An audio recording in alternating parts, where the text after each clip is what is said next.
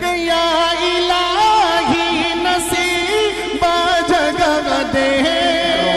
ہمارے معزز و موقر عالم دین، عالم ربانی، ماہر علوم و فنون، شیخ الحدیث جامعہ مرکز العلوم سنگلا حضرت علامہ مولانا عبداللہ صاحب قاسمی دامت برکاتہم کے مسند خطابت پر تشریف لا کر اپنے ایمان افروز خطابت سے ہم تمام سامعین کو محظوظ فرمائیں. مقرر عظیم آتا ہے، جان لطف عمیم آتا ہے. مقرر عظیم آتا ہے، جان لطف عمیم آتا ہے. اہل محفل کو شادماں کرنے فکر و فن کا خطیب آتا ہے.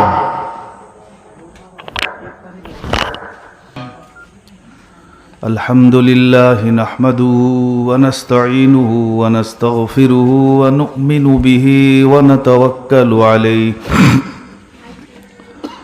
ونعوذ بالله من شرور أنفسنا ومن سيئات أعمالنا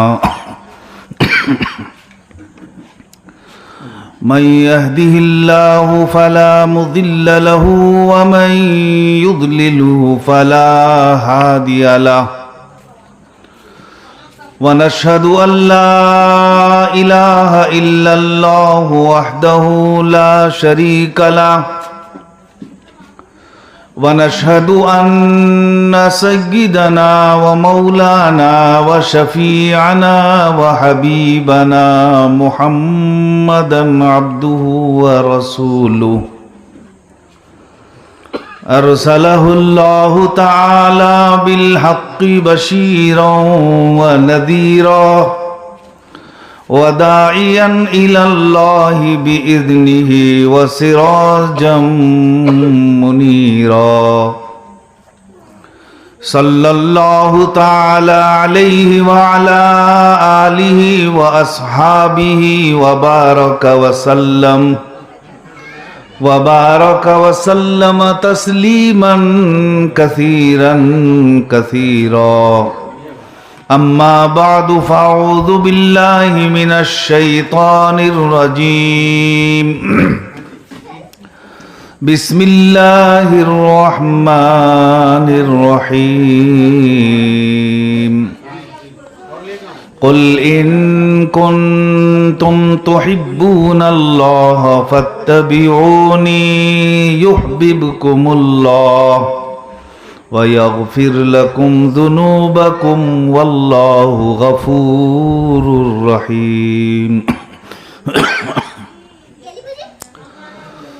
وقال رسول الله صلى الله عليه وسلم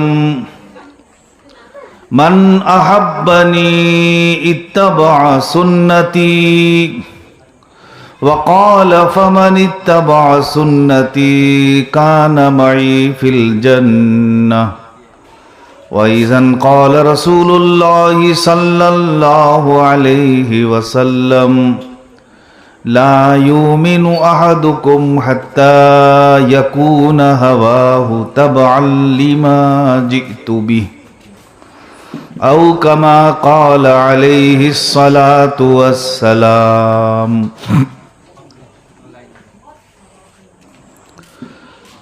ہر راہ علم میں ذکر نبی، ہر راہ علم میں ذکر نبی، ہر گام سہارا دیتا ہے. اس نام سے راحت ملتی ہے، اس نام سے راحت ملتی ہے.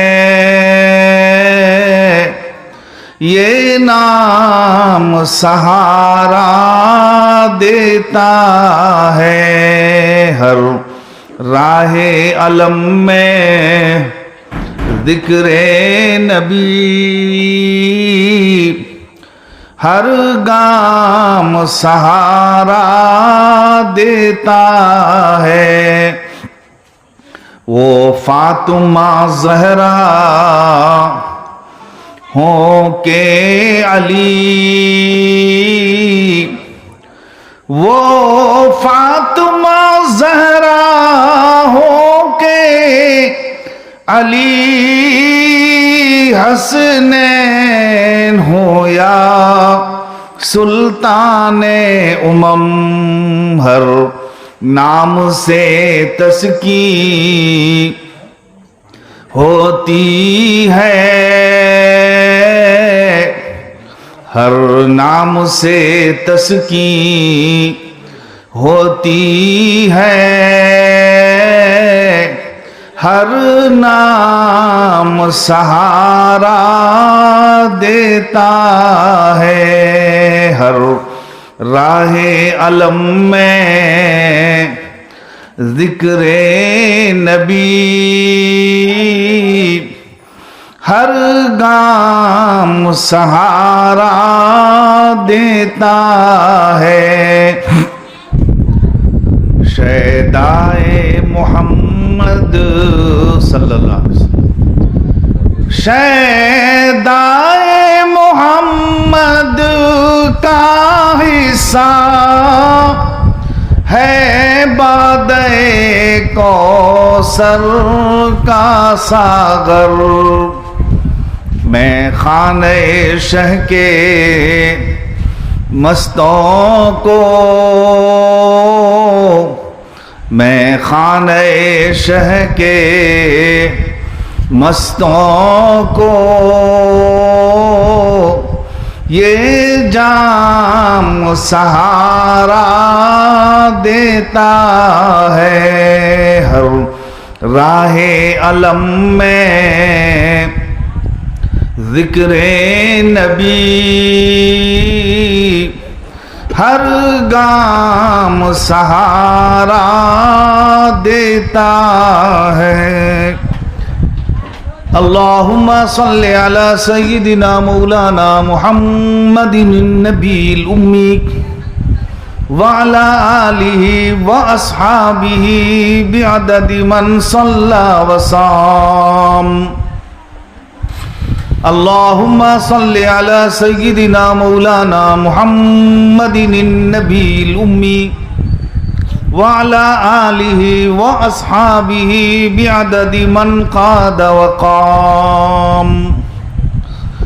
اللہم صل علی سیدنا مولانا محمد النبی الامی وعلى آلہ واصحابہ الى یوم القیام. سلام اس پر کہ جس نے بے کسوں کی دستگیری کی،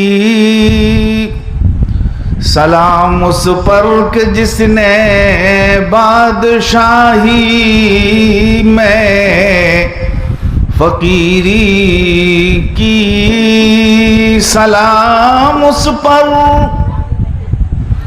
سلام اس پر کہ جس کا ذکر ہے سارے صحائف میں، سلام اس پر کہ جو زخمی ہوا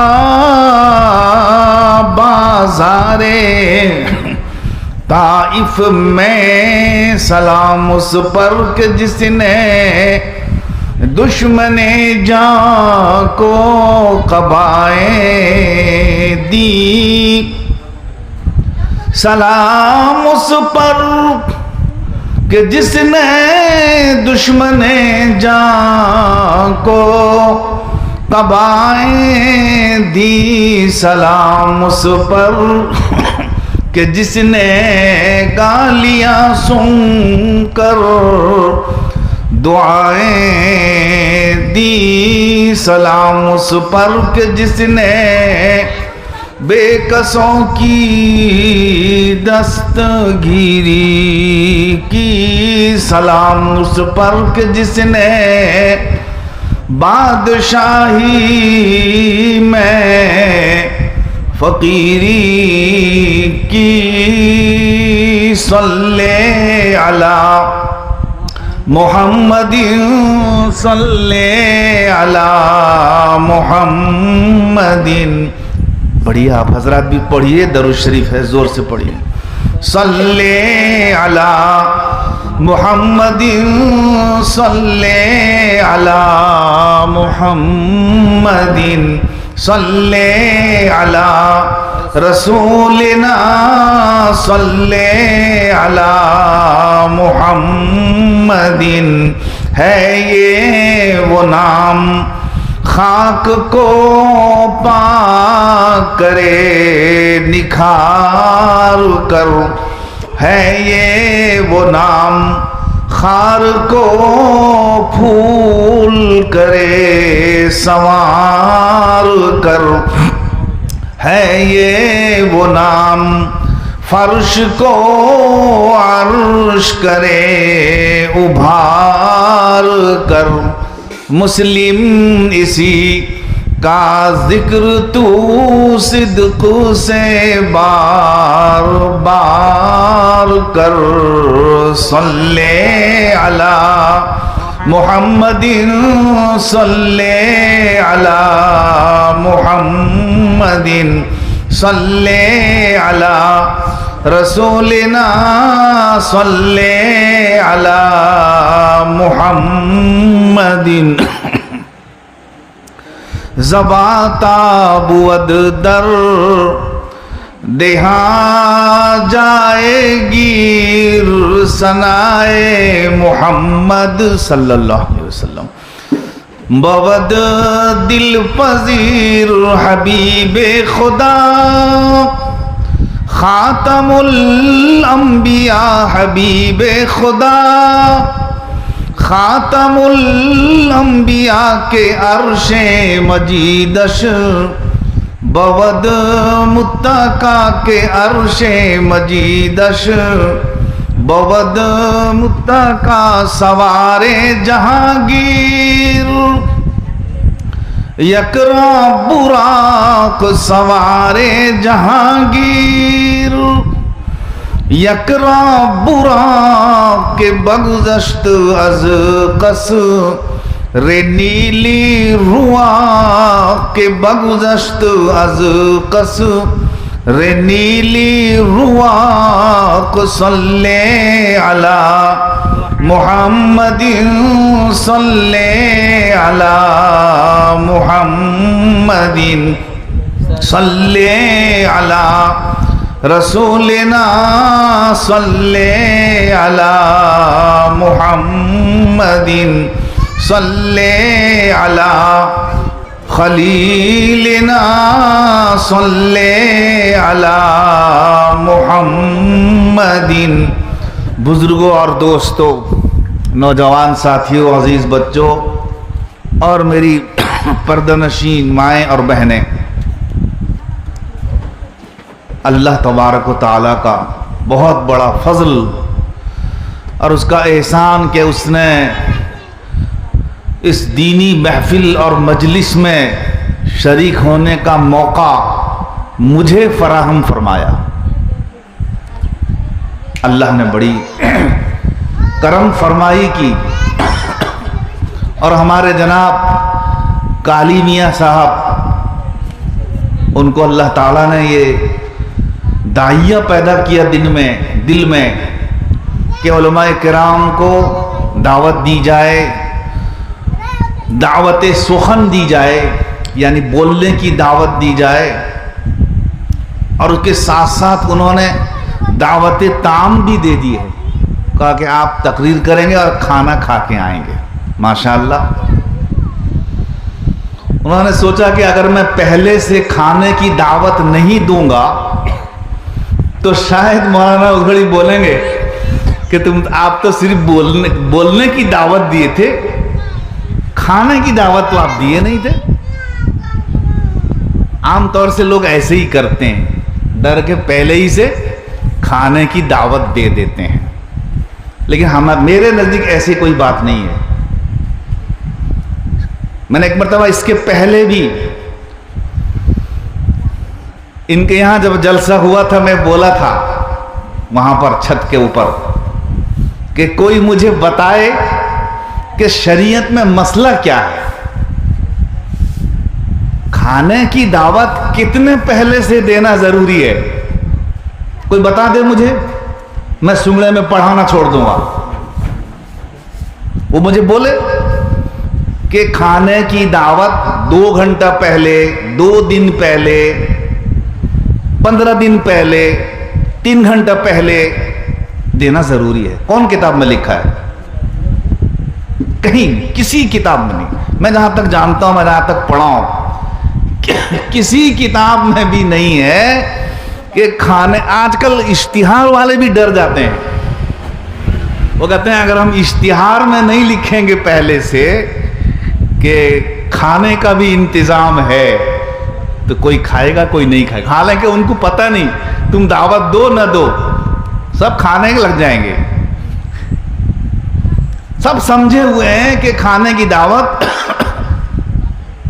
پہلے سے دینا ضروری ہے۔ میں پوچھتا ہوں کتنا پہلے سے دینا ضروری ہے؟ اٹھو بتائیے، کتنا پہلے سے؟ 1 دن پہلے، 2 دن پہلے، 15 دن پہلے، 1 گھنٹہ پہلے؟ کہیں نہیں ہے، بس اتنا ہے کہ کھانے سے پہلے دعوت دے دیجیے۔ اب آپ کھانے سے پہلے آدمی آپ کھانا شروع کیا نہیں ہے، اس کے پہلے آپ بلائیے آئیے میرے یہاں تشریف لے آئیے، آپ کو وہاں نہیں کہنا چاہیے کہ تم تو پہلے سے بولے تھے۔ پہلے میں نے کتنا پہلے سے؟ اٹھو تو بتائیں مجھے، بس اتنا ہونا چاہیے کہ کھانے سے پہلے، تو بیچارہ کھانے سے پہلے بلا بھی رہا ہے، آپ پکڑ کے بیٹھے ہیں کہ مجھے 2 دن سے پہلے بولنا چاہیے، 3 دن پہلے بولنا چاہیے، کیوں پکڑ کے بیٹھے؟ مسئلہ نہیں ہے، اچھی طرح سے میں وہاں بولا تھا چھت کے اوپر۔ ایک صحابی ہیں حضرت جابر رضی اللہ تعالیٰ عنہ، حضرت جابر ابن عبداللہ رضی اللہ تعالیٰ عنہ، ان کے دل میں یہ بات آئی کہ رسول اللہ صلی اللہ علیہ وسلم بہت بھوکے ہیں، خندق کھودا جا رہا تھا، کھائی یعنی گڑھا کھودا جا رہا تھا، اس لڑائی کو لڑنے کے لیے مشورے میں یہ بات طے ہوئی تھی کہ مدینے میں رہ کر کے ہی ہم کو ان سے لڑنا ہے، باہر نہیں نکلنا ہے۔ اس لڑائی کا نام غزوہ خندق ہے، اور ایک نام بھی اس کا ہے غزوہ احزاب بھی ہے اس کا نام۔ یہ اسلام کی بات ہے، تاریخ کی بات ہے، اسلامی تاریخ کی بات ہے۔ صحابہ کرام رضوان اللہ تعالی علیہم اجمعین گڑھا کھودنے میں لگے ہوئے ہیں۔ مدینے کے تینوں طرف گڑھا کھودنا ہے، ایک طرف پہلے سے پہاڑ ہے، وہاں پر گڑھا کھودنے کی ضرورت نہیں، پہاڑ ہے، اس طرف سے دشمن تھوڑی آ سکے گا۔ جیسے ہندوستان ہے، شمال کے جانب مشرق سے مغرب تک ہمالیہ پہاڑ ہے، اس طرف سے کسی کا حملہ کرنا بہت مشکل ہے۔ اور اللہ تعالیٰ نے واقعی ہندوستان کی حفاظت کیسے کی ہے دیکھیے، ایک طرف تو ادھر پورا ہمالیہ ایک دم یہاں سے وہاں کئی ہزار کلومیٹر، مغرب سے مشرق، پورب سے پچھم پھیلا ہوا ہے ہمالیہ، اور ادھر دیکھیے اس طرف سمندر، اس طرف بھی سمندر ہندوستان کے، اور تینوں طرف سمندر اس طرح سے ہے۔